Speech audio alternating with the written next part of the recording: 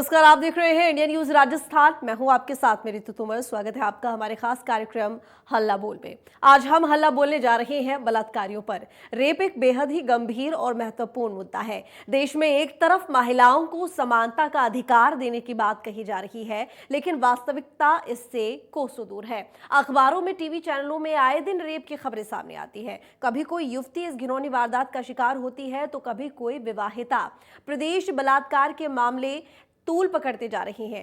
ताजा मामला सवाई माधोपुर से सामने आया है। यहां ओबराय ग्रुप के 5 स्टार होटल वन्य विलास में होटल की एक महिला कर्मचारी के साथ गैंगरेप का सनसनीखेज मामला सामने आया है। बता दें कि होटल में काम करने वाली महिला ने अपने साथ काम करने वाले 3 कर्मचारियों के खिलाफ महिला थाने में मारपीट करने और गैंगरेप का मामला दर्ज कराया है। पुलिस ने महिला की रिपोर्ट पर आईपीसी की धारा 323, 354 और 376 डी में मामला दर्ज कर 2 आरोपियों को गिरफ्तार कर लिया है और आगे की जांच में जुटी हुई है। ऐसा है, यहाँ पे रणथंभौर रोड पे एक होटल है, इसमें कोई उसके कर्मचारी वगैरह है। यहाँ पे कोई रेजिडेंट्स को इन्होंने अलग से फैसिलिटीज़ दे रखी है। वहाँ पे कोई युवती है जो वहीं की एम्प्लॉय है। वो साथ में जो एम्प्लॉय थे, उन्होंने कोई रात को पार्टी की थी, 30 तारीख को रात को। और पार्टी के बाद में वो युवती ने ये मुकदमा दर्ज कराया कि मेरे साथ में कमरे में एक व्यक्ति ने दुष्कर्म किया और दूसरा व्यक्ति वहाँ पे साथ में था। इस संबंध में मुकदमा दर्ज कर लिया गया है और अभी अनुसंधान में श्री कृष्णा सामरिया जी अनुसंधान, इसमें 2 व्यक्तियों को गिरफ्तार कर लिया गया है और अभी अनुसंधान जारी। तीसरे का अभी तक कोई क्लियर नहीं है। तो कानूनी व्यवस्था होने के बावजूद भी बलात्कारियों की संख्या बढ़ती जा रही है। आरोपियों में ना पुलिस का खौफ है और ना ही कानून का डर है। अब ऐसे में सबसे बड़ा सवाल ये उठता है कि आज रेप की घटनाएं क्यों बढ़ती जा रही हैं?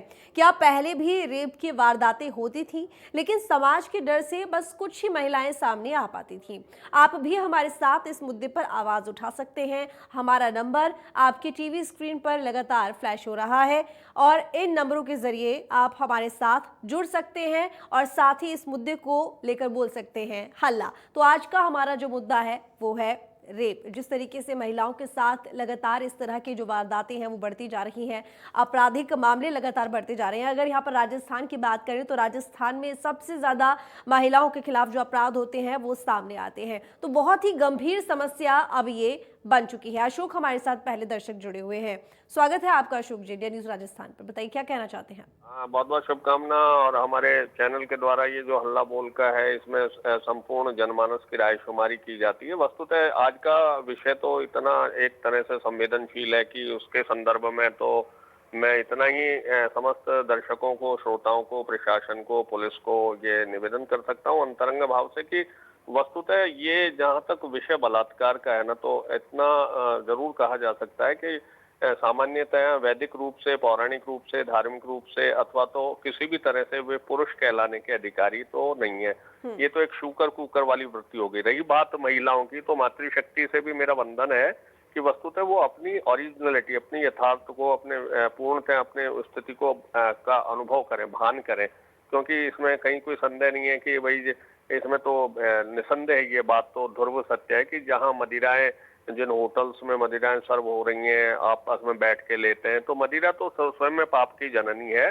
और ऐसे में मातृशक्ति को भी एक निश्चित गैप बना के रखना चाहिए और ऐसा किसी का साहस नहीं हो सकता वैसे तो। और मैं तो इतना ही आपके माध्यम से, चैनल के माध्यम से वंदन करूं कि या देवी सर्वभूतेषु शक्ति रूपेण संस्थिता, वो अपनी शक्ति को पहचाने।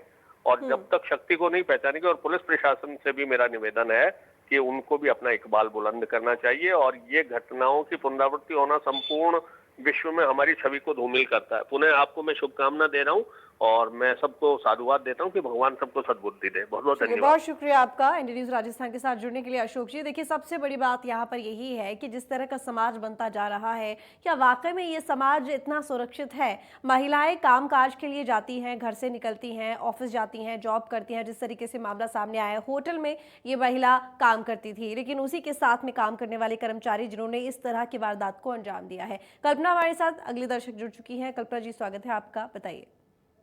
मैं ये कहना चाहती हूँ, सद्बुद्धि दे ईश्वर उस पुरुष वर्ग को जो महिला को ऐसी चीज समझते हैं कि विरासत में उस पर लांछन लगाते हैं। जीन्स पहनेगी तो उस पर प्रतिक्रिया होगी। बड़े बड़े नेता बोलेंगे कि लड़के हैं, ऐसी हरकतें होती रहती हैं। जनता तक ये बातें सीधी जाती हैं। मैं ये कहना चाहती हूँ कि ऐसे पुरुष वर्ग में मॉरल वैल्यूज की कमी है। टूरिज्म इंडस्ट्री है, ये बहुत बड़ी इंडस्ट्री है टूरिज्म राजस्थान की। अगर प्रेस्टिजियस होटल में ऐसे रेप होता है तो पूरे स्टेट की छवि खराब होती है। फास्ट ट्रैक कोर्टों की बात करते हैं। आपके टीवी चैनल के माध्यम से कहती हूँ, जो बलात्कारी हैं फास्ट ट्रैक जस्टिस भी हो औरतों के साथ, वो फांसी के फंदे पर चढ़ाया जाए।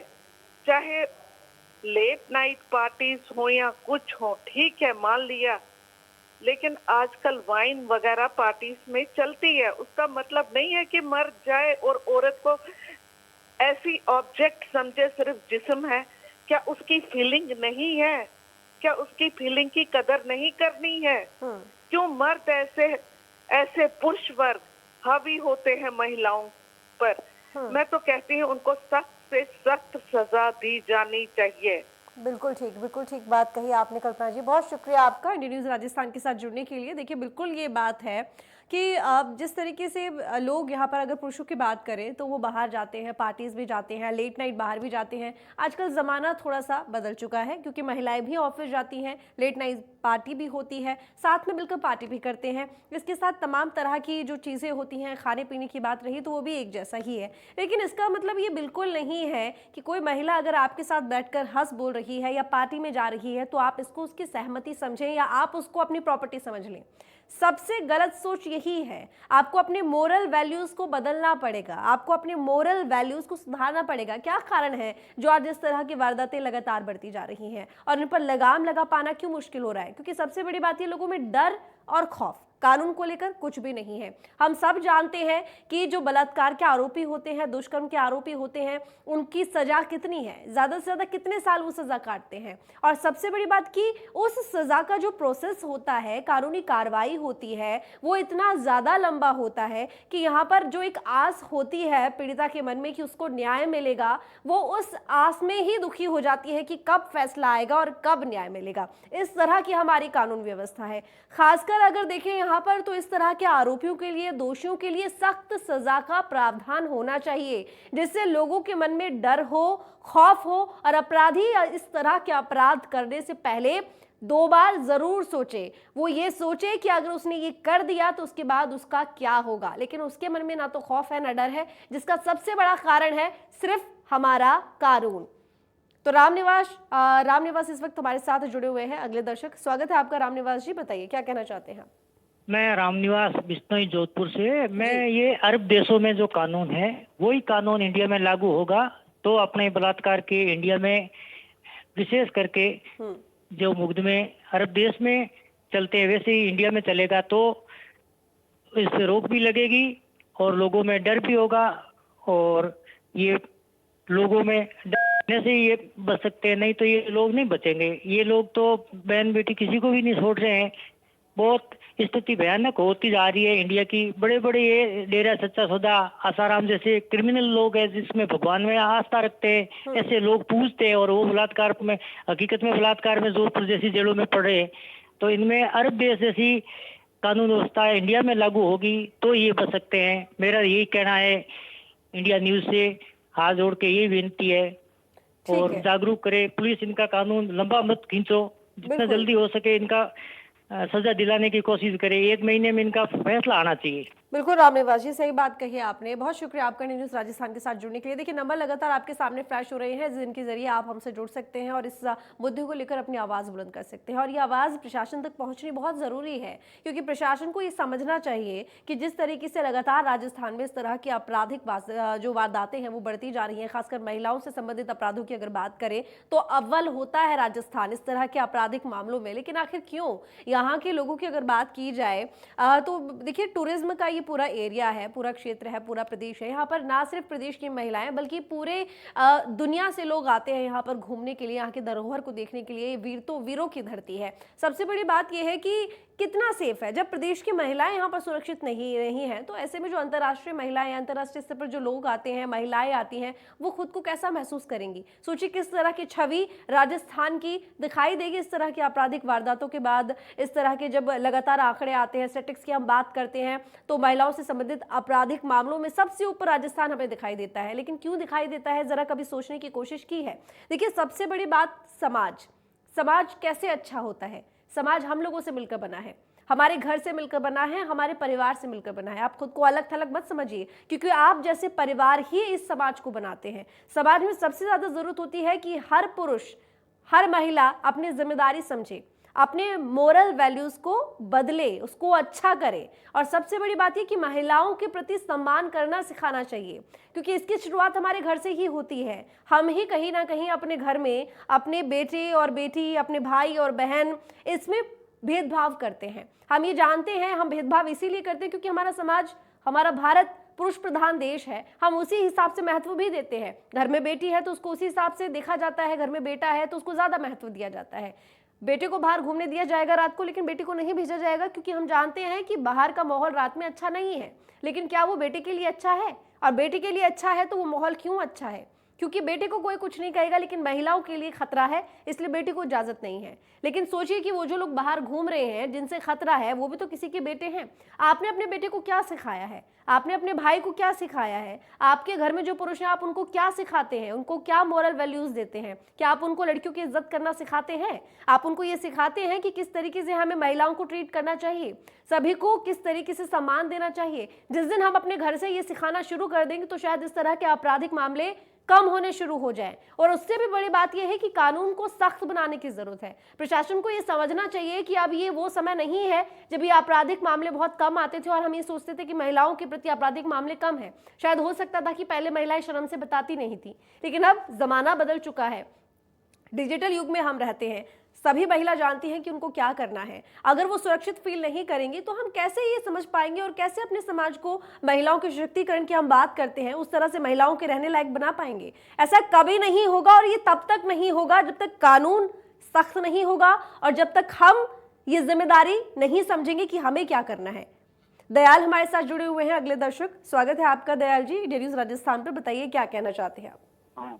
मैं ये कहना चाहता हूँ मैडम कि ये बलात्कारियों पे जो ये कानून बना हुआ है, ये इतना सख्त नहीं है, इसलिए गवर्नमेंट को इसमें सख्ती करनी चाहिए। और इसके अलावा इस पे जल्दी फैसला होना चाहिए। कोर्ट में पता नहीं कितना टाइम लग जाता है, तो उनको तो जो है छूट मिल जाती है, जमानत मिल जाती है। रेप के केस में तो जमानत होनी नहीं चाहिए। मेरा तो विचार ये है कि रेप केस में जो है ना जमानत मिलनी चाहिए, नहीं मिलनी चाहिए, ताकि मतलब जिसके साथ जो रेप होता है ना, उसको कम से कम मिल जाएगी साधना, भाई मुझे न्याय मिल जाएगा। मेरी यही राय है। चलिए ठीक दयाल जी, बहुत शुक्रिया आपका इंडिया न्यूज राजस्थान के साथ जुड़ने के लिए। बिल्कुल सही बात आपने कही कि कानून को यहाँ पर बहुत ज्यादा सख्त करने की जरूरत है। नागेंद्र नेगी हमारे साथ जुड़े हुए हैं, अगले दर्शक। स्वागत है आपका इंडिया न्यूज राजस्थान पर। बताइए नेगी जी, क्या कहना चाहते हैं आप? मेरी आवाज मिल रही है आपको? जी बोलिए। हाँ जी बोलिए।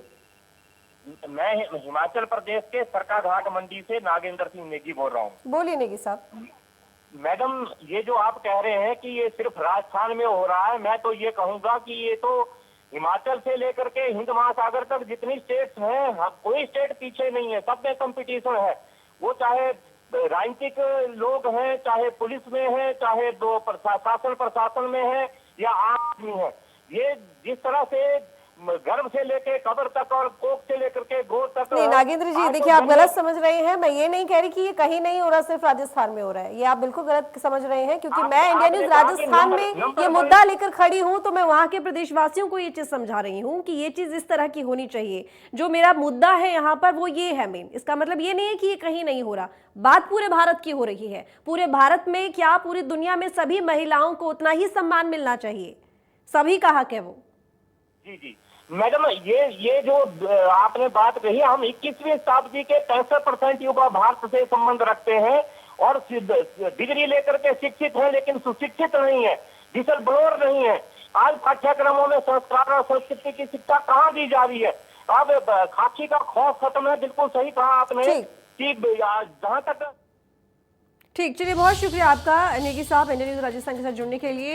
इस वक्त एक बड़ी खबर आ रही है, रुक करेंगे बड़ी खबर की तरफ, जहां पर अजमेर से खबर है वकील को गर्दन काटने की धमकी दी गई है। वकील भानु प्रताप सिंह चौहान को धमकी दी गई है। अजमेर से खबर, आरोपी ने यूट्यूब पर गर्दन काटने की धमकी दी है। तो बता दें आपको कि चैटिंग करने के दौरान गुस्साए सोहेल ने ये धमकी दी और वकीलों ने आरोपी के खिलाफ कार्रवाई की मांग की है।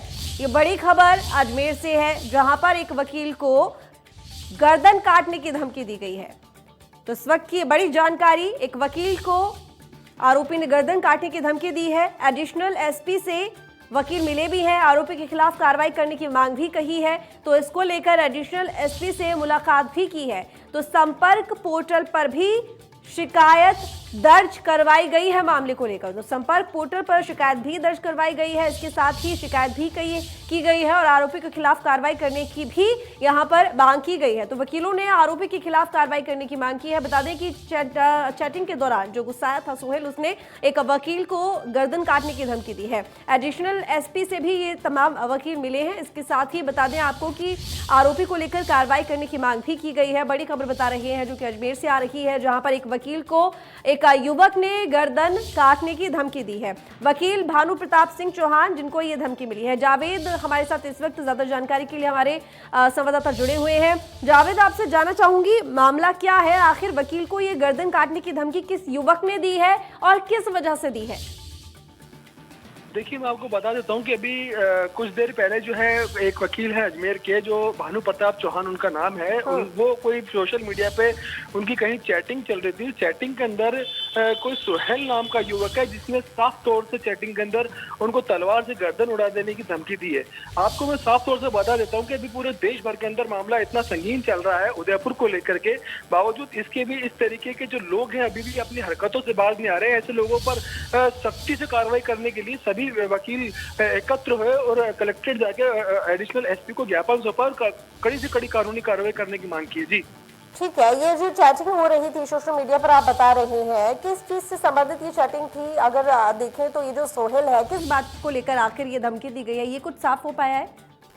देखिए, जब वकील से बात करी तो वकील ने इस तरीके से बताया कि उदयपुर को लेकर के कोई चैटिंग आपस में हो रही थी सोशल मीडिया पर, उसको लेकर के सोहेल एकदम उत्तेजित होकर उसने इस तरीके की धमकी दी। कौन सा प्लेटफॉर्म था जावेद? जी, या तो YouTube था या Facebook के ऊपर, दोनों से बातचीत हुई थी। मैं उसके अभी डिटेल हम मंगवा रहे हैं, डिटेल कंप्लीट आएगी तो हम दर्शकों को दिखाएंगे पूरी तरह से। ठीक है, इसको लेकर क्योंकि शिकायत भी की गई है, पुलिस की तरफ से क्या आश्वासन दिया गया है? ऐसे मामलों को बहुत ज्यादा गंभीरता से पुलिस ने लिया है और टोटल सोशल मीडिया के ऊपर सोशल मीडिया की जांच पे वो जुट गई है, साइबर की जांच में जुट गई है कि किसी तरीके से ऐसे युवक को तुरंत दस्तयाब करके उसको अरेस्ट किया जाए। जी चलिए ठीक है, जावेद हमारे साथ बने रहिए और इसी बीच आपको सुनवाते हैं कि इस पूरे मामले को लेकर वकील का क्या कहना है, भानु प्रताप चौहान जिनको धमकी मिली है। सुनिए। यूट्यूब पर एक वीडियो था चैनल का, उस पर किसी प्रकार की डिबेट हो रही थी, तो उसके नीचे कुछ कमेंट थे, तो कमेंट का प्रत्युत्तर मैं दे रहा था। उस संबंध में मेरी और किसी एक व्यक्ति की एक हेल्दी चैट हो रही थी, जिस बीच में सोहेल सैयद नाम के एक व्यक्ति ने अचानक से कल सुबह मुझे कमेंट में धमकी दी कि अब तेरी गर्दन काट दी जाएगी। ये बताते बड़ा दुख हो रहा है कि हमारे एक अधिवक्ता भानु प्रताप सिंह चौहान हैं, जो रेगुलर वकील साहब हैं, उनको यूट्यूब पर किसी सोहेल नाम के व्यक्ति ने धमकी दी कि आपकी गर्दन काट दी जाएगी। जैसे ये मामला बाद में पता पड़ा, बाद में भारी रोष है, हमने डी साहब से संपर्क किया। डी साहब ने कहा कि मैं तुरंत प्रभाव कार्रवाई करूँगा। अभी एस साहब थे नहीं, उसके अफसर सागवान साहब से मिले, उनको बताया इस मामला आप गंभीरता से लें, इनको गाड़ दें और तुरंत प्रभाव। तो बता दें आपको कि आरोपी ने YouTube पर चैटिंग के दौरान धमकी दी है गला काटने की। सोहेल नाम है इस आरोपी का जिसने ये धमकी दी है, वकील भानु प्रताप चौहान जिनको धमकी मिली है। हालांकि इस पूरे मामले को लेकर वकीलों की एक टीम पहुंची पुलिस प्रशासन के पास। इसके अलावा कार्रवाई को लेकर शिकायत भी की गई है और साथ ही संपर्क पैनल की अगर बात करें तो वहां पर भी शिकायत दर्ज कराई गई है। तो एडिशनल एसपी से भी मिले हैं वकील और इसके साथ ही इस पूरे मामले को लेकर कार्रवाई की भी शिकायत की गई है। इसके साथ ही जावेद हमारे साथ लगातार लगातार बने हुए हैं हमारे संवाददाता जावेद। देखिए, इस पूरे मामले में एक बात तो साफ नजर आती है कि जिस तरीके से हम देख रहे हैं कि पिछले कुछ दिनों से एक ट्रेंड सा चल गया है कि लोगों को ये लगता है कि एक वारदात हुई है, उसके बाद सभी उस दिशा में बढ़ रहे हैं कि डराएंगे, धमकाएंगे, धमकी देंगे, इस तरह की बातें बोलेंगे तो लोगों में डर होगा, या पूरी तरह से कह सकते हैं कि जो माहौल है उसको खराब करने की कोशिश की जा रही है।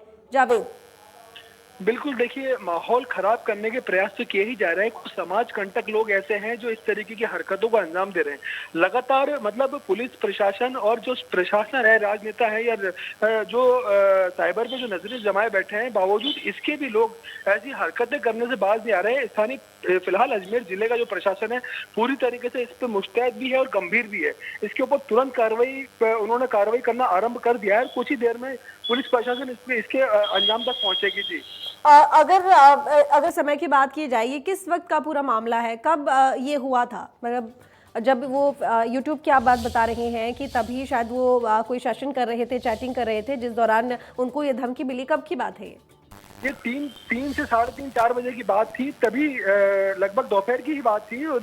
उसी बीच सभी अधिवक्ता एक होकर उन्होंने ज्ञापन टाइप किया। ज्ञापन टाइप करने के बाद तुरंत वो 4-5 बजे करीब वो कलेक्ट्रेट पहुंच के उन्होंने ज्ञापन सौंपा है। लेकिन इस तरीके के मामले को लेकर सारा जितना भी वकील जो प्रशासन है, पूरा वकील का जो लॉबी है पूरी नाराज है और तुरंत कार्रवाई करने की उन्होंने मांग की है। जी, चलिए ठीक, जावेद, नजर बनाए रखिएगा। बहुत शुक्रिया आपका तमाम जानकारी के लिए। तो वकीलों ने आरोपी के खिलाफ कार्रवाई की भी मांग की है। एडिशनल एसपी से भी मुलाकात की है वकीलों ने।